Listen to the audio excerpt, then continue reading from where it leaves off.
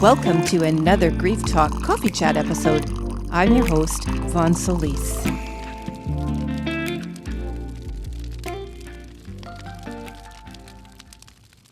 Okay, so welcome to Grief Talk, everything you want to know about grief and more. I'm your host, Vonne Solis. So this is another coaching episode 2 from my online course, Beyond Bereavement, Get Me Started. So one of the reasons I started doing these coaching calls on my podcast is because I've always wanted to be able to reach a large number of people at the same time. Previously, I have done that as an author through writing 3 books, and more recently having just launched my podcast and deciding to do some coaching calls on this. So in coaching call 1 from my 13 lesson online course, we talked about letting go of regrets.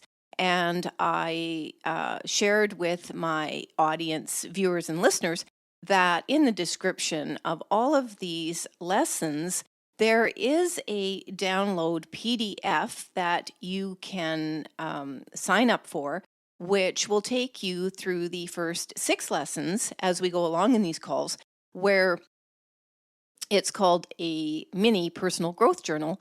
And I have condensed some of the main points in the online course for you as a free little mini journal with some exercises at the end of each of the lessons to coincide somewhat with these coaching calls.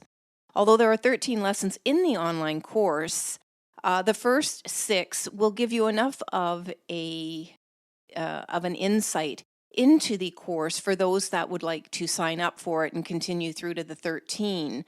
The following 7, you kind of have to have been in the course as we get into some really deeper stuff and more work that needs to be done on the self, where having done the first 6 lessons is a sort of a build up to that point. Point of the course is to take a person from wherever they are in their bereavement, or as a person who doesn't identify as someone bereaved, but still is dealing with a lot of the same issues, hence these coaching calls, just to get their life on track, to actually create more in their life, to live the life they dream about, the life they really want, and to develop the mindset and the tools to understand how to go about and actually create that. I'm offering a 50% discount for anyone that is interested in signing up for my online course and comes to me through this podcast, either through YouTube or as an audio. I'll put the discount link in the description below, and I welcome you to join that course. It's a way for me to just build my community and have people who really want to work with me, give them the opportunity to do so. So very, very quickly about my own background, I came from having, I now have 40 years, but at the time that I became a bereaved mother in 2005, I had a pretty solid background in a spiritual practice, lots of metaphysical interests, and a lot of expanded consciousness stuff that taught about mindset, manifesting, getting that life you want, making as much money as you want, living the life of your dreams, and all that sort of stuff. A lot of that is still around today, and we have lots of the same and lots of newer coaches and mentors in the public space. And people are still grabbing onto that kind of stuff. They want to know how to live the life that they really want, especially if you're stuck in a rut, and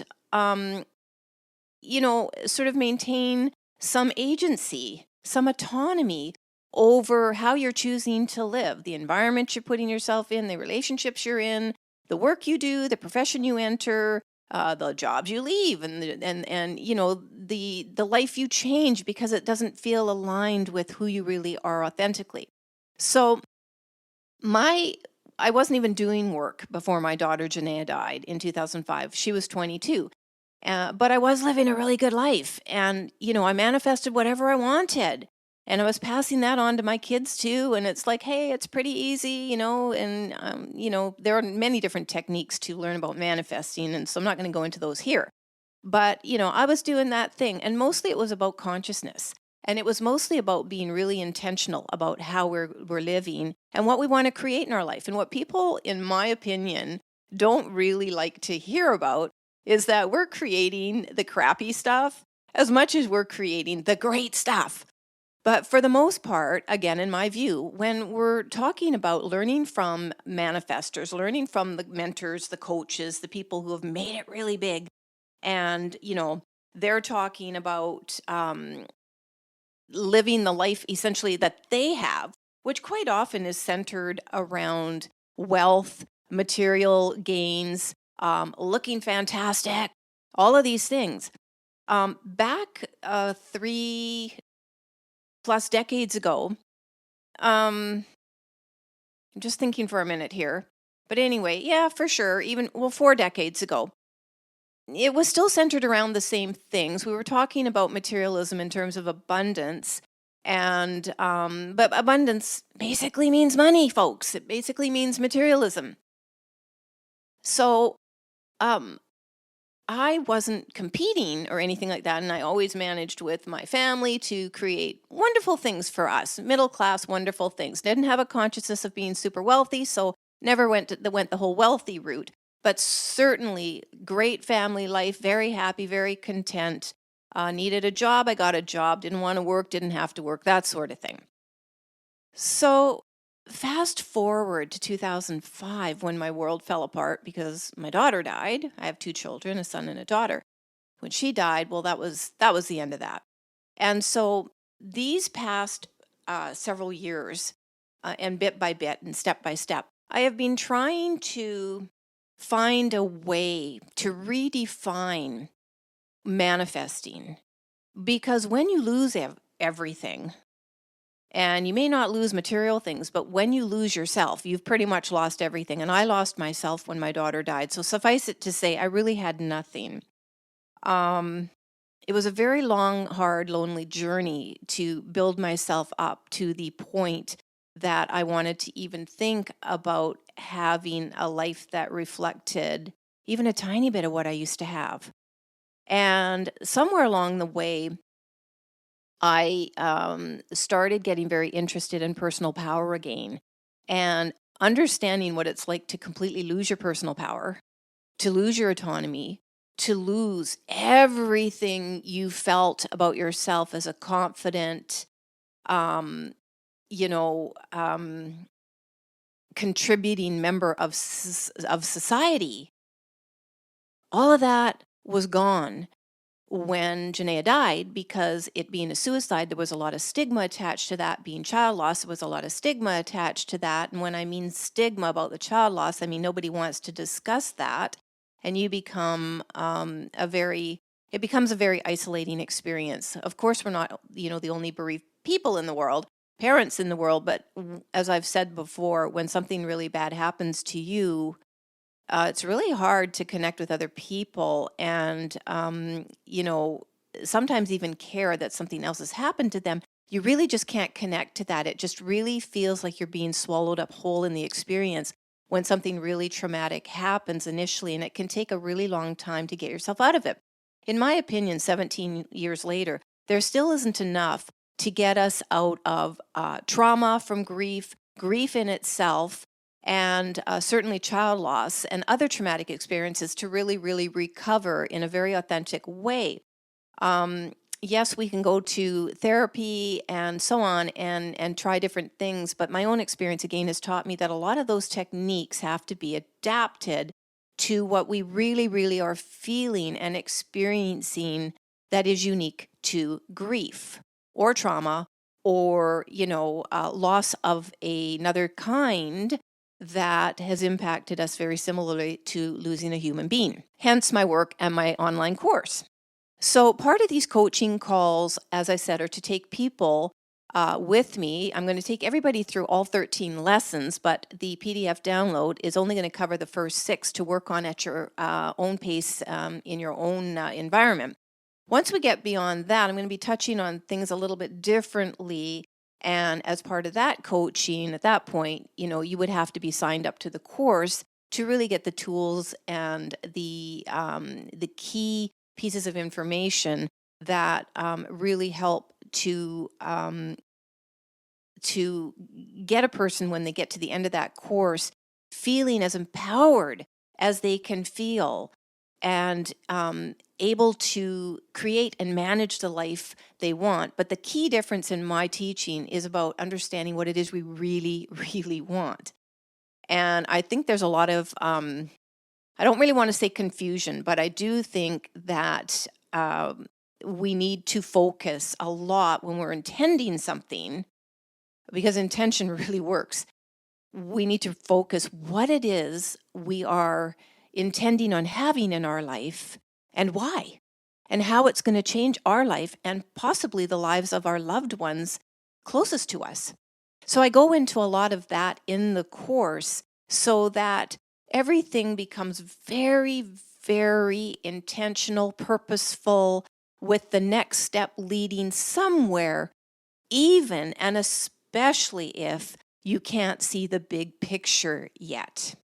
And in some of that, in fact, in many things, we have to give up something to get ourselves to the next stage of where we want to go, even when we're taking little tiny baby steps.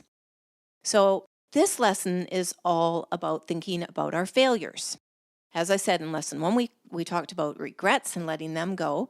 And in lesson 2, we need to think about our failures. Are they our friend or are they our foe? Regret and failure go hand in hand.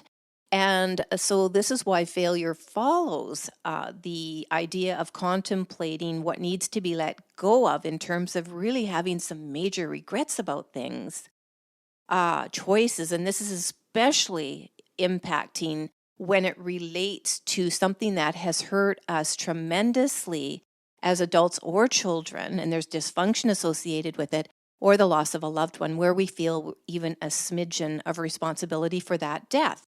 And I can tell you as a bereaved parent, there's a lot more than smidgen that accompanies regret and guilt and failure when you lose your child. So whatever that experience may be for you, anybody here watching, listening to this episode and thinking about your failures, one of the things that's so important to do is decide, number one, whether or not you even think you've had any failures. There's some debate going on today about whether or not we should acknowledge failure in our life. And some people say yes, and some people say no, let's not acknowledge failure. And I'm in the camp that says, let's acknowledge what didn't work in our life. And so what didn't work in our life typically is defined as a failure, which is fine, but let's change how we think about that failure. So one of the things we need to do in my teachings is that we need to go back and associate the failure with our choices we made and actions we took, and understand exactly why at that moment we made that decision and or took that action. And once we understand why we did that, we have an opportunity to consider whether or not we still want to look at whatever the outcome was of that. It maybe did harm somebody else that we loved. It maybe did make us feel really, really awful afterwards. It maybe did make us live with a ton load of guilt and regret. Whatever amount and to whatever degree we feel the failure represented in our life, by understanding why we did what we did and why we chose what we chose, two different things. We can make a choice and then we can take action to accompany that. Understanding what was going on for us. What was happening in our mind? What was happening in our environment? What was happening at work? What was happening in the family? What was happening with our finances? Were we in major trauma? Were we, did something sudden just happen that rocked us off our world and we did something really crazy? Whatever it was. For some people, it could be, fidelity issues. I mean, the list is too long to go into. But the point is, if it made you feel bad and it made you feel like a failure, and it may even be how you grew up or how any of us grew up, and not having the safety and the security offered to us by our caregivers, parents, or guardians, or maybe what others said to us, teachers, parents, other leaders in a community, friends, peers. Maybe we were bullied. All of these things that made us feel like we are absolutely worthless and have nothing of value to offer our loved ones, our community, society at large. This is what I mean by the degree or level of failure, how the degree of impact of that failure on us, and what are we going to do about it? In my own case, and I won't go too deep here into the story, but you can imagine how much of a failure I have felt as a mother having a child that decided to leave the planet. And I am not alone. There are many millions of people who lose their children, and of those, a good percentage that are losing their children to suicide.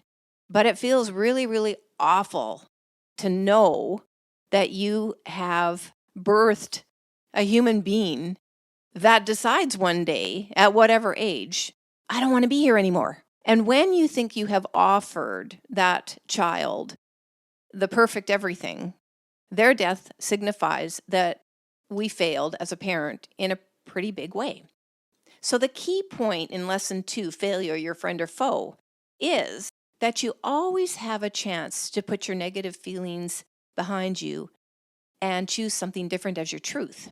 So in doing that, I have developed this course and this lesson to help people do just that, coming from something that is their absolute worst, awful feeling of failure, and having an opportunity to change the way they think about that failure by doing what I said earlier, thinking about what was going on in their life at the time, or your life at the time that you made a choice and you took action, or you behaved a certain way and it resulted in an outcome that is now that you now are considering as a failure. And honestly, it's about making a decision to stop beating yourself up about it, letting it go and saying, I did it. This is why I did it. This is what was going on at the time. This is what resulted from it. But you're here and you survived it. You could take it a step further and make amends to anybody that you feel that you really hurt by a certain, action choice. And that's entirely up to you. And some people may really want to do that. But if you don't want to do that in person, as long as you've done it in your mind, and forgive yourself what you have done in the past, that opens the gateway for you to now start feeling empowered and confident when you know you're not going to make that same choice or act in that same way again, because you are moving forward and becoming a different person. Our failures can be actually quite powerful for us to reinvent ourselves, for those of us that are coming from situations where we literally have to do that. And I myself have had to do that. I lost my complete identity as a mother and as an individual who just was so racked with guilt and worthlessness and all of the other things that the death of my child has laid on me, that failure was pretty high at the top, where I've had to understand that in order to rebuild my life and rebuild myself with purpose and intention, I have to let go of those failures. I have to forgive myself, and I have to understand that things that I did in the past that I would today for sure do differently. One, there's nothing I can do about it. And two, I'm not really sure it would have changed any outcomes. And I'm talking about my biggest failures. I'm just not sure about that. And that has been a very, very long process for me to actually accept that. I would say I'm 80% there. I still have little bits there where I struggle with that had I done something different, chose something different, there would have been a different outcome.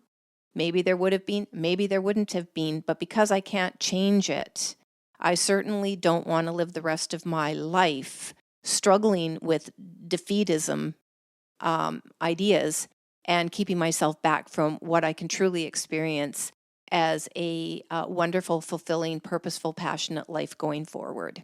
And that's what I'm choosing to do.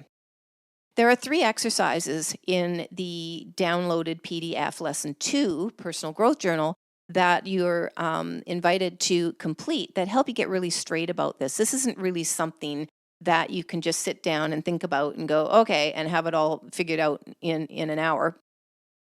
It requires thoughtful introspection over a good long period of time, because even when we have dealt with something that's a massive failure in our life and start to turn our thinking around about it, don't let yourself think that those negative thoughts that are so ingrained in us, are not going to come back and challenge us to not revert to previous negative patterns of thinking. So this is why it's a very much an ongoing process, step by step, and one that we have to be vigilant about in terms of how we're centering our mind, centering our thoughts, and catching ourselves when that tape keeps playing in our head about just how much of a failure we really are. Part of the reason this is so challenging is because we all wear a mask in public. And I speak a little bit more about that in the course, the mask we wear.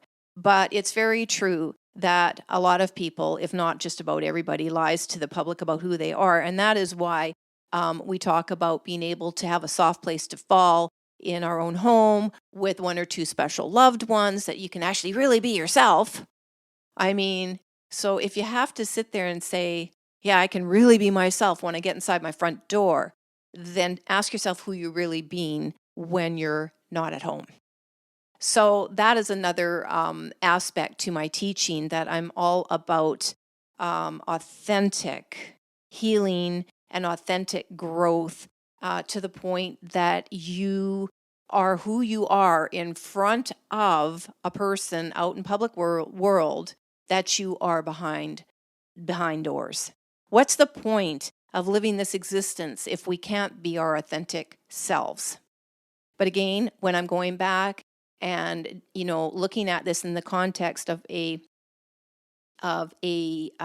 practice that where people are coming from difficulty that they feel that they just didn't even have a chance to get behind the 8 ball, get out from behind the 8 ball because of things that happened, the way they were raised. Many of us were raised in dysfunction, myself included, where our brains formed, our neural pathways formed that did not allow ourselves to feel safe and secure and come out with everything just all regulated by the time we're 25. And I talk about this in other types of my work and in some of the conversations I'm having on this podcast with other guests that discuss this as well in an education capacity and personally. So we have to work on ourselves. So, whether you're coming from childhood dysfunction or whether you're coming from a situation, a traumatic situation of an impacting loss, but something that has rocked you, that has rocked your mind, that has rocked your identity, that has rocked your environment, that has rocked your relationships, that has rocked every single thing about your life. And you've got to pick up the pieces, okay? The failure part of it. Acknowledging it, being honest with how you feel, letting it be okay that you've had failures or that you think of yourself as a failure. That's very important as well. But making that decision, having that turning point where you have the opportunity to make a decision to think about your life differently, to actually consider your life as having a different truth. That's freedom, folks. Absolute freedom. The last thing I want to say about that is to toss all expectation of who you think you should be, whether as a result of your own high expectations for yourself or that of, somebody else. Could be parents wanting you to do something. It could be a spouse. It could be, I don't know, it could be anything or anyone that's challenging you to be somebody you don't really want to be. And failure can be associated, even at a subconscious level, when we feel we're disappointing others or disappointing ourselves. It keeps us in this state of always striving to be something we're not. And even if we're not sure what it is we want to be, we all know when we feel out of alignment. But then there is this sort of two-edged sword where you understand that and you're struggling to get out from behind that, but then doing that will make you a failure because you're not pleasing this person, you're not reaching your own expectations, whatever it is. So failure gets very, very, very complicated. And so while I don't want to get into the layers and layers and layers of failure, all I really want to do is invite you to think about how you view failure, number one. And if you don't think you've had any failures, this is not a talk for you. If you do think that you have had major failures, are a major failure, will always be a failure, then this talk is for you. And I would invite you to download the 6-lesson PDF, watch these coaching episodes in sync with doing the journal exercise and challenging yourself to start thinking about who you are and who you want to be in a whole new way, in a way that feels super empowering, courageous, and authentic. Okay, that's it for this coaching episode. Thanks for watching. Thanks for listening. And I look really forward to seeing you in any of the other episodes on this podcast and in the next coaching episode. Until next time.